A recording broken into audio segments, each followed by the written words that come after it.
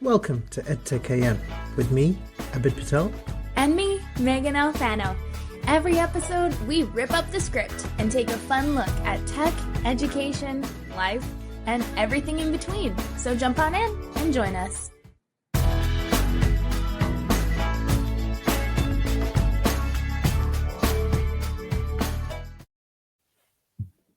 Hello.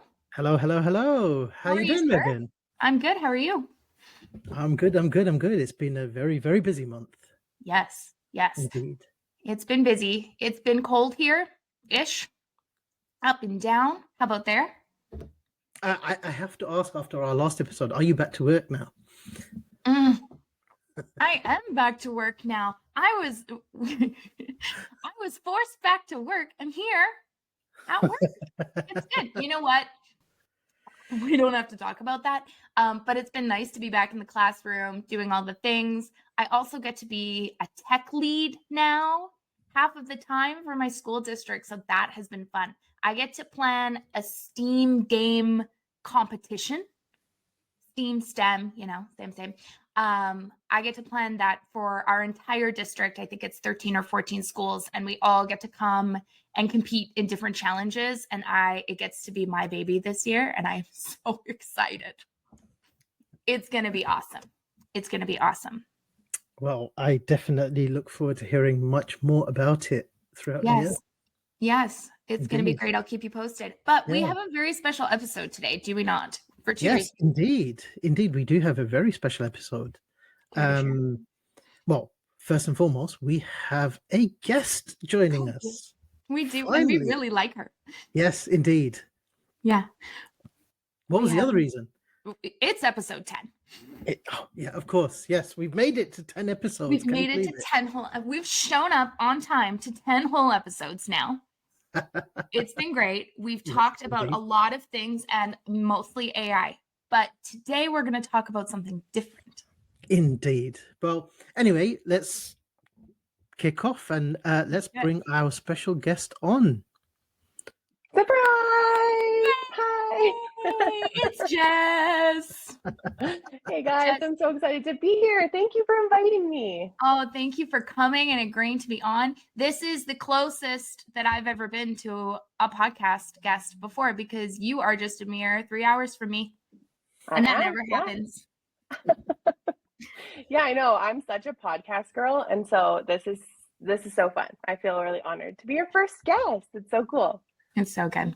I mean, I can't say I've not been close to podcast. I've been in the same studio as most guests and stuff. I know. It's because you're next to everybody all the time. But over here in Alberta, we're spread out a little bit more. Yeah, big time. And it's not easy to just one does not just hop on a train and cover great distances in a quick amount of time. We have to drive our own vehicles, and it's far. Yeah. Through the ice and snow. Yeah, big time. You were saying it's been cold where you are. It's slowly getting cold here too. We've had a couple little minor snows, but at this point we're kind of waiting with bated breath because the weather's been pretty nice. Yeah. We are having a tropical November for some very weird reason. That's nice for you. I mean, global warming, I guess, but You're not wrong. Who cares about that tiny little thing? It's warm outside. That's awesome. My kids are dying to go tobogganing, like sledding in the, we have a field just in the back of our house, and it was frosty yesterday, like just frosty. And there are leaves everywhere, but they had their sleds out and they were like running down the hill, and they were kind of going, sort of, but they were really excited. Yeah, my kids are excited for that too. As soon as they hear snow, then it's like, can we go sledding? So it'll happen sooner or later. It's awesome. So, Jess, we all know each other through the Google Innovator community stuff and things, this, that, and everything else. But I teach junior high this year, but you teach high school now. I do. Yeah. I taught middle school for ages and junior high, and I've always been in the STEM side of things. I've taught everything. I've taught social studies and English, and now it's funny to look back and think that I ever taught English or humanities, because I'm firmly planted in the STEM space. But it's yeah, I made the move to high school. Our family moved to Calgary about a year and a half ago now, and I've got a job teaching high school math and science, and so it's been a fun adventure. I teach at a school specifically for students with learning disabilities, and so yeah, all my students have some kind of neurodivergence, whether it's like ADHD, some students on the spectrum, but everybody has some kind of learning disability, whether it's reading, writing, or math, or all of the above. So that's been a unique challenge as well. Yeah, that's fantastic. How do you find, because I really want to talk to you about the whole STEM thing, because I feel like you and I have similar things that bring us joy in the classroom.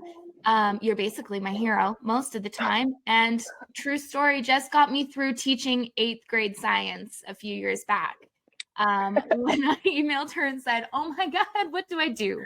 And she was like, "This is what you do." And it was great.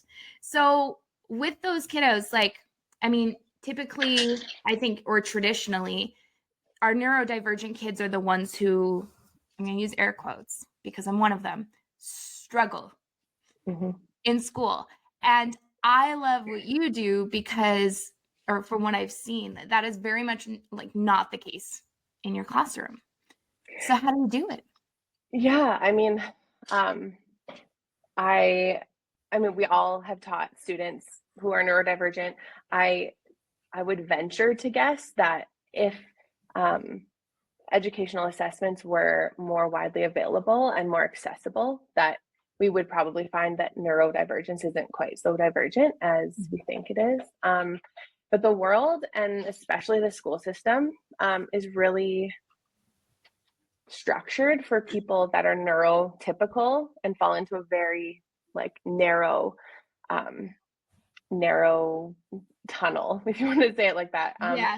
I am married to a person who is neurodivergent. I have spent a lot of time working with students who don't think inside that box that school is designed for, and so just have really grown a heart for that over the years. And so it's been really cool to be at a school that not only acknowledges and like normalizes that like this is totally normal and okay that your brain works this way, and that we can make high school courses that traditionally probably would not be very accessible. I mean, I'm in the same province as you, so I know all of the things going on with like class sizes, complexity, that kind of thing, and we don't have to get political, but the thing that I've really found with my classroom of learners is that it's really not so different from every other classroom I've been part of. It's just they're fortunate enough to have their learning profile and know exactly how they learn and how best they can be supported. So when we can kind of make universal supports for those students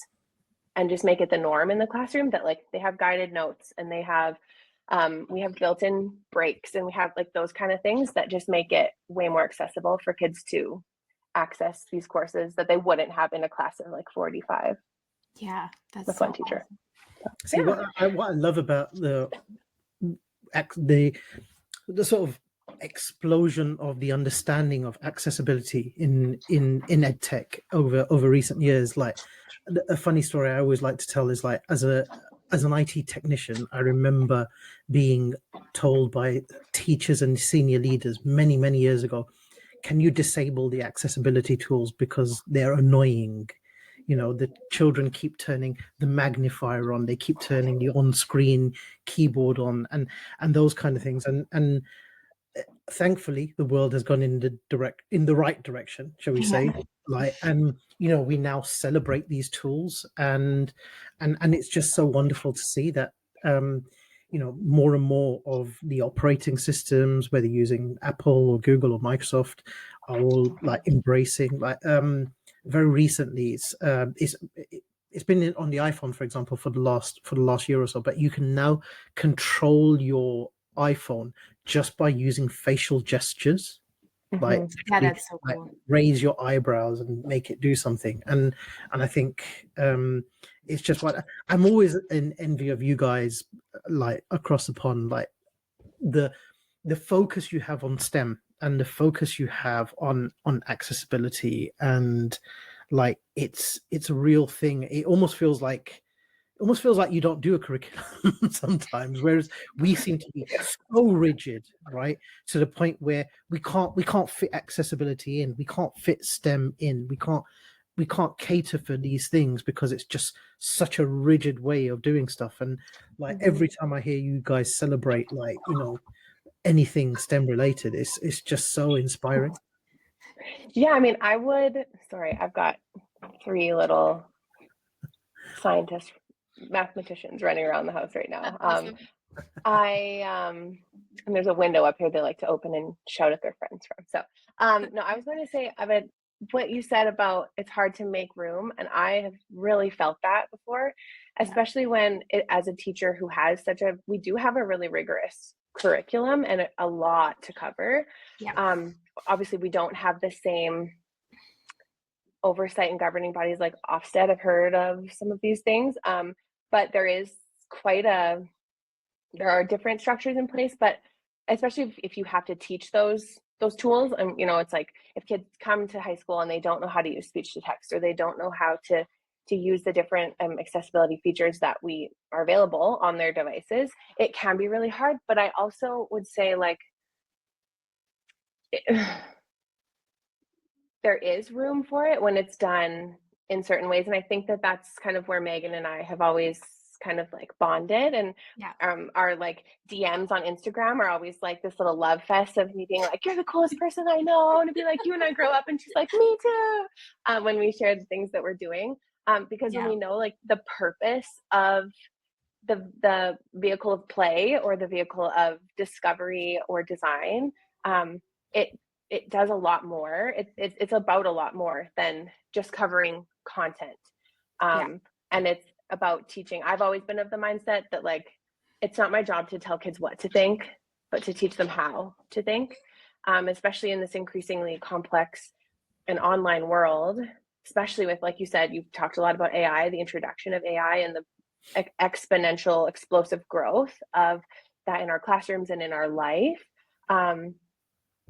The only human commodity that's going to be left is the ability to think and of critical and creative thought. And so, I like to spend the time to try to front load that into lessons and into units so that it's not just me, especially as a science teacher. I always say to my students, we spend so much time in science classrooms learning about the science that other people have done and discovered, but while that's foundational and we need to know like what has been discovered, we're not actually creating scientists or scientific thinkers if we only are reading what someone else did out of a textbook, because the scientific process and method is so hands-on and discovery based. And so if we're not building that into our classrooms, I mean, this might be controversial, but I feel like maybe we're not really doing our job.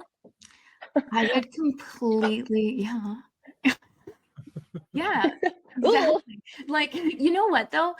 We've been having this conversation a lot in my new role as tech lead, but really what that's turning into is like tech and science lead, because we've gotten that new science curriculum where computer science is embedded in that, which is interesting because we do, like you said, we do have a really like content heavy curriculum.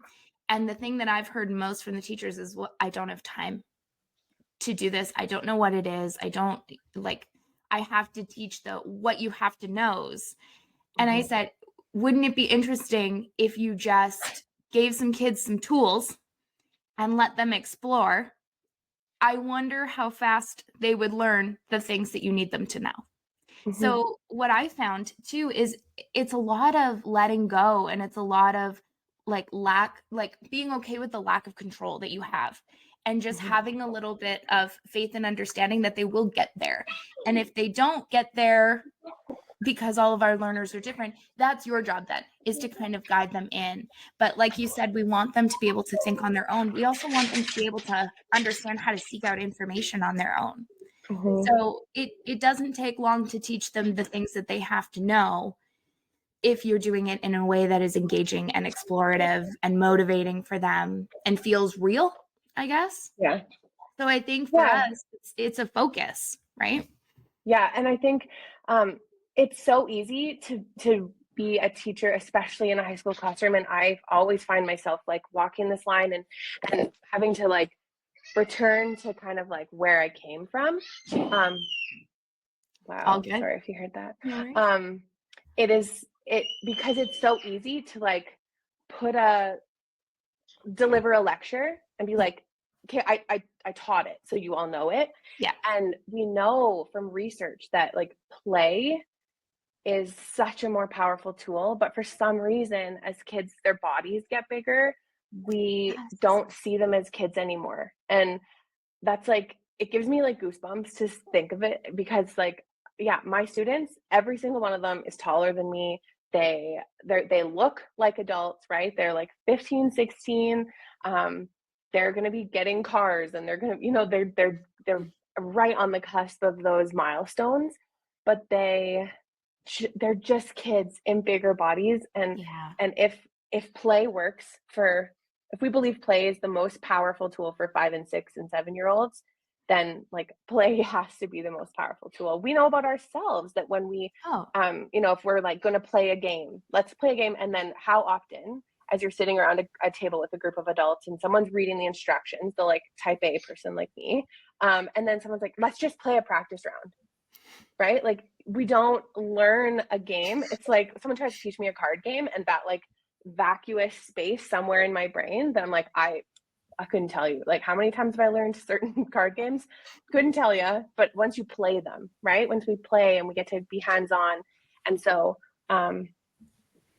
like, if I would say, if it's even more important as kids are learning these like big, complex, abstract concepts, that they get to play through them and they get to really discover. And I would also say, like, if we let them play and they can apply it, the knowledge that they've learned in class, like maybe they didn't actually learn it.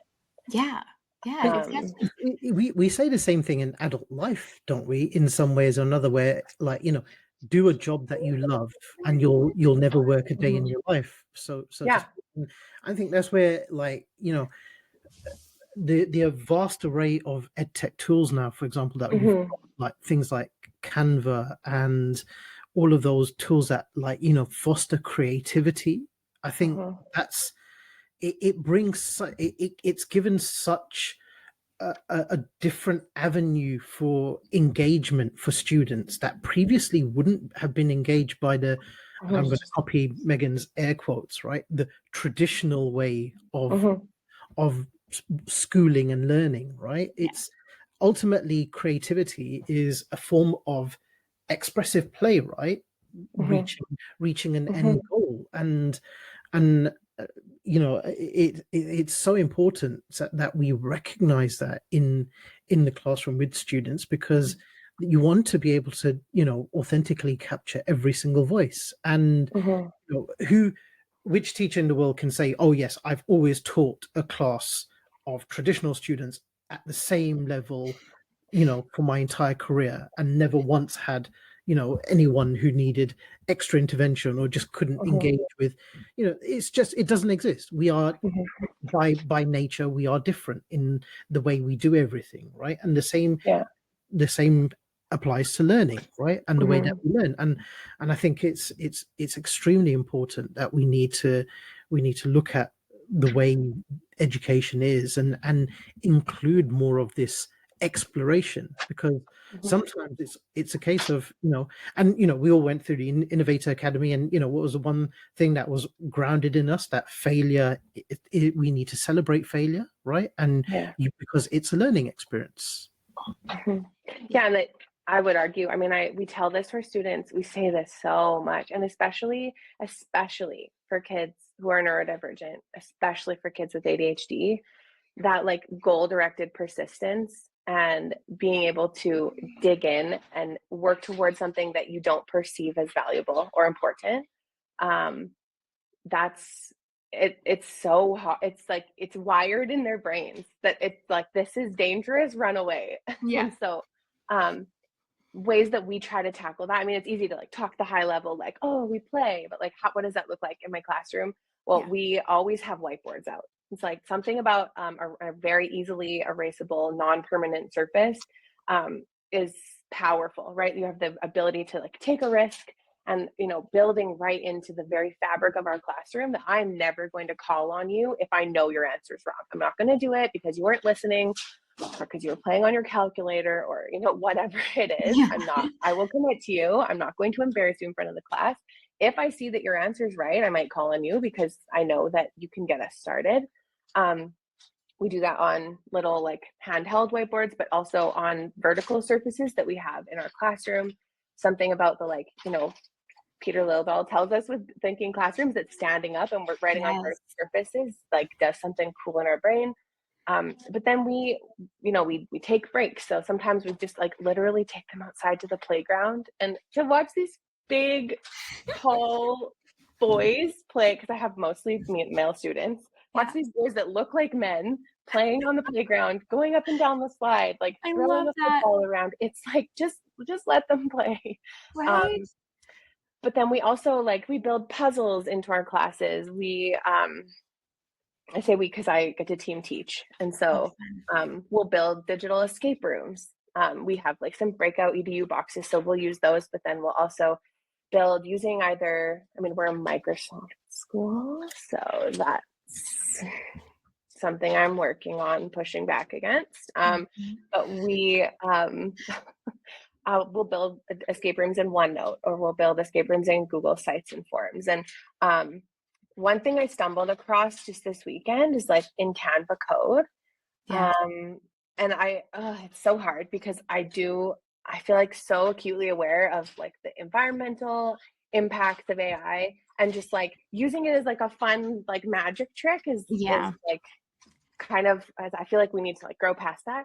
But using Canva code to build interactive games specifically focused on my curriculum that they can use for review or practice, because that's one thing about students. They just need and with a high school curriculum, there's so many outcomes. We don't have time to spend days and days in a semestered course that we're going to be done in January.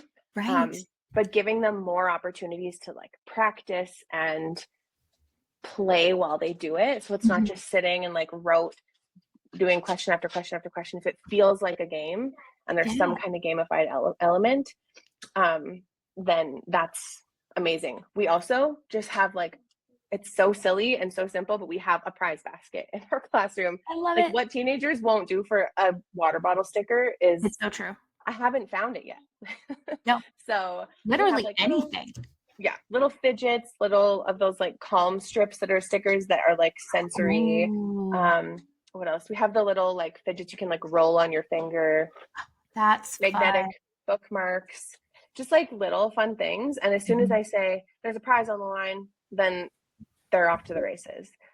Just yesterday, what day is it? No, on Friday in class, we were reviewing applying exponent laws with negative exponents, which is a big one in the course that I teach. And so I took this worksheet of 20 questions and made it collaborative. So, okay, work at your table. And there were 5 potential answers it was to kind of show expressions that look the same can actually be very different depending on where you put brackets and stuff like that. And so all of the answers were one of 5, A, B, C, D, or E. And so then they would have to put it on their, figure it out, put it on their whiteboard, hold it up. And we made silly names for each of their tables. Big kids to make silly names for their team too. And it's just such they want a sticker. Yeah, they want a sticker. They want to have fun. And don't we all? And isn't that also, as a teacher, isn't that more fun for you in your 100%. Day? I'd be get back to work, do this. Isn't that the goal? Yeah, it's just, I just love that. I love that you do that. And it's such a simple shift that anybody who is bogged down with a lot of curriculum can do. And, they have the fidgets and the whiteboards on Amazon, if Amazon comes to you or whoever, but you can do it.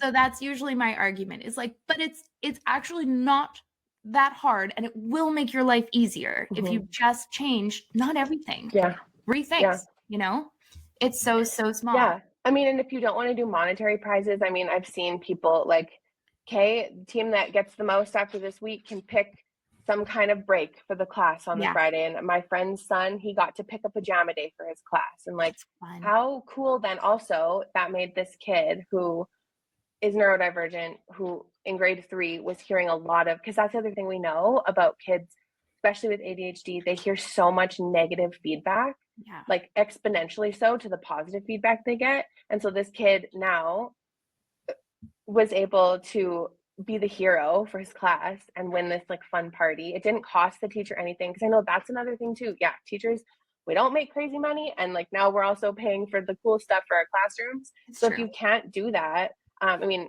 I would argue that a $20 investment for 300 stickers actually is like the best $20 I ever spent a few years ago, because I still have them. Yeah.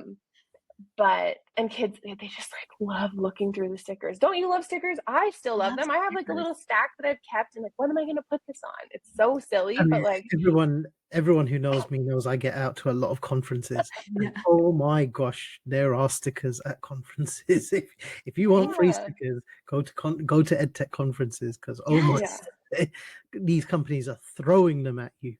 Right? Totally. Everyone People loves love swag. Yeah, and like if it's shiny, that's even better.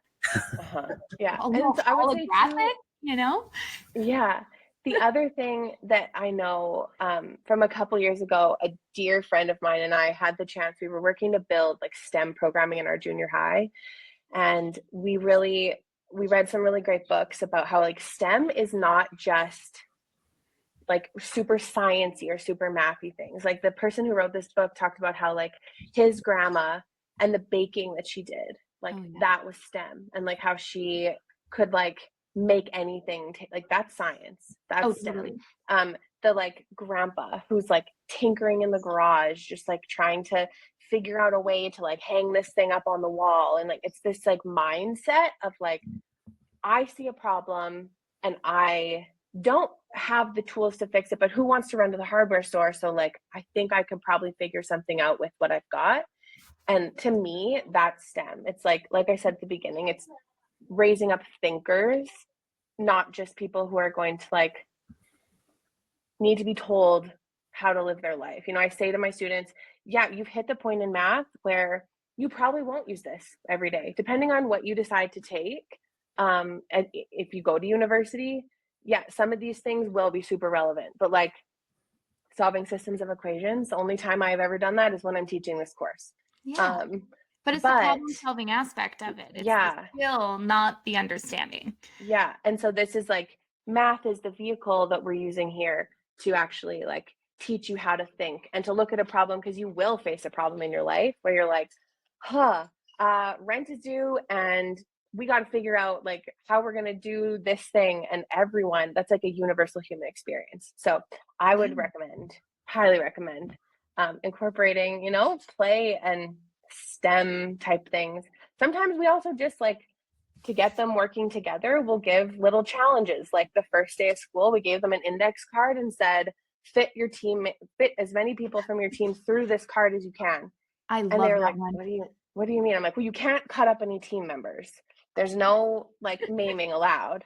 But it was so cool to see the way that they came up with these out of the box. And that's my favorite thing too about these neurodivergent thinkers is I give as little instructions as possible, as little parameters, because then they can be super creative and kind of like cheat the challenge. So we had them like draw our whole team on an index card and just cut a little slit and like we stick our whole team through. Great, you did it, amazing. Some like cut it in a spiral so they could like make a big, like that's kind of how I pictured it. But there's so many ways that where they would like cut out little things that said team member so they could like throw it through. And amazing. It was just, how many of us can like, if I hold him, I'm standing on the card and now the two of us like just, yes, you did it. You thought about something. You found a problem and then you found a way to solve it. And it was creative, which is great. So true. And I love that challenge too, because like there's something about an index card similar to the whiteboard, right? Where it's like, so you mess up with an index card, there's 1,000 more. You just grab, can I have another index card? And they are like iterating in real time, which is also completely what STEM is about. It's about the process, right? So I love that one because there are the ones who want to cheat the system. And those are always my favorite outcomes, I'm always like, I'm so proud, because if I didn't think of it, I'm so proud. I love Same. it. I'm like, oh, I didn't think to do that. I love it. Yeah, And it's then so they feel good. smart too. They're like, I did something my teacher didn't even think of. Yes, and Um, like it's all about that like self-efficacy, right? That I can do it, I can be creative. It all fits with like the failure, the creativity, the perseverance, like those skills that are really, really valued. They're all super connected. And these simple little, I mean, you could do that in a 10-minute or less brain break, right? Yeah. And it has so much power. I love it. Yeah. Yeah. I'm big on like low prep to no prep. And then also, we think it's all for our kids, which it is, but also you kind of mentioned this before, Megan. As a teacher, it's so easy to get bogged down and burnt out. And yes, we have so many things as part of our job that we have to do. And it's hard, it's nearly impossible to like not take work home, at least not even just mentally. But these are the kind of things that have like got me my spark back. You know, like in 2019, when I was applying for Innovator, I was like running on fumes, if not like basically ready to be done. And finding this like way of thinking of, you know, celebrating mistakes, challenging, putting myself in a pickle. That was what my whole Innovator project was about, was like growth mindset for students, but also for teachers. And it's like brought me back to life. I mean, yeah, it's still a really hard job, but man, if you can, like you said, Abid, enjoy your work and feel like you're playing, like you won't really feel like you're working. And so, yeah, just go play. Have fun. Right? Just do it. Just have some fun. Who cares? They're going to be fine. That's awesome. Jess, we're going to wrap up soon because we all have busy things, but I have been dying to know if you did mention that you're a Microsoft school. So like, okay, but what, sorry. What's your go-to tech tool right now? Is there anything you're using a lot? Well, as teachers, we use Magic School a lot. I mean, I love it and hate it. I'm always trying to find ways to balance that like AI impact thing that's always in the back of my head. Hello, we've got a special guest here. Just a minute, just give me one more minute, okay? But that this can like a lot of the tools in Canva, Canva code, and those kind of things are peekaboo, are the things that I'm really excited about building games and whatnot for my students and finding ways for them to play. So OneNote for escape rooms, and then that's awesome. I would say Canva code. So. Yeah, that's so good. And you know what? And like you're talking about AI, and I think that we both feel the same way, but like it's purposeful what you're using it for. So it says it's easy for us to be like, oh, it's just a game and go down that road. But no, it really is. It's purposeful and it matters and it's important and it's a good way to use AI as far as I'm concerned. If it gets them to actually practice, then that's a win in my book. Yeah. And it saves you time. And we can always do that with teachers. Yeah, exactly. You know, AI is here. It's here to stay. It's not going anywhere. And we need to prepare the students for a very AI heavy future, you know. Yep. Yeah. That's great. That's awesome. Oh, Jess, thank you so much for coming and sharing your brain with us today. You're welcome. I have to go now and write down everything you said. Well, you can listen back to this recording. I'm going to listen to it on, my morning. And you also have my phone number. So just call me. I do. Text me. Like, can you just also, we live so close to each other now. We need to just like get together or at least meet in the middle. It's true. It's true. That, Jess, you need to get over the pond or... I'm working on it. I'm working on it. Misty and Orlando might be a good shout. Man, have you seen the flights from Canada to the States? That's another thing we can talk about another day. Yeah. No. It would honestly be cheaper to try to get over to Bet. I have been working on them. Like, hey, there's this really amazing EdTech conference. Maybe you could send me or a team. And so it was not like an all-out no. So who knows? Maybe I'll show up someday in your neck of the woods. Just pop up and be like, I'm here. That's awesome. I'll have to get one of those famous selfies with you. Indeed. I'm really good at it. If just for the selfies. Exactly. Before we go, Jess, did you have anything else you wanted to share? How can folks get in contact with you? Not necessarily your phone number. Oh gosh, well, I am really trying to not be on the social media as much these days. I used to have the one that we talked a lot on, but I refuse to use that one anymore. So Instagram at Jessilyn Swanson. I'm not the most exciting person to follow, but sometimes I'll like pop up and share something cool we did in our classroom. So It's yeah, true. There's good reach stuff. out. Yeah. Cool. Indeed. Good stuff. It was so good to have you. Thanks for being our first guest. You're welcome. I would love to come back anytime. Definitely. Always welcome. Cool. All right. Thanks, guys. See you all Bye. again soon. Bye. All right.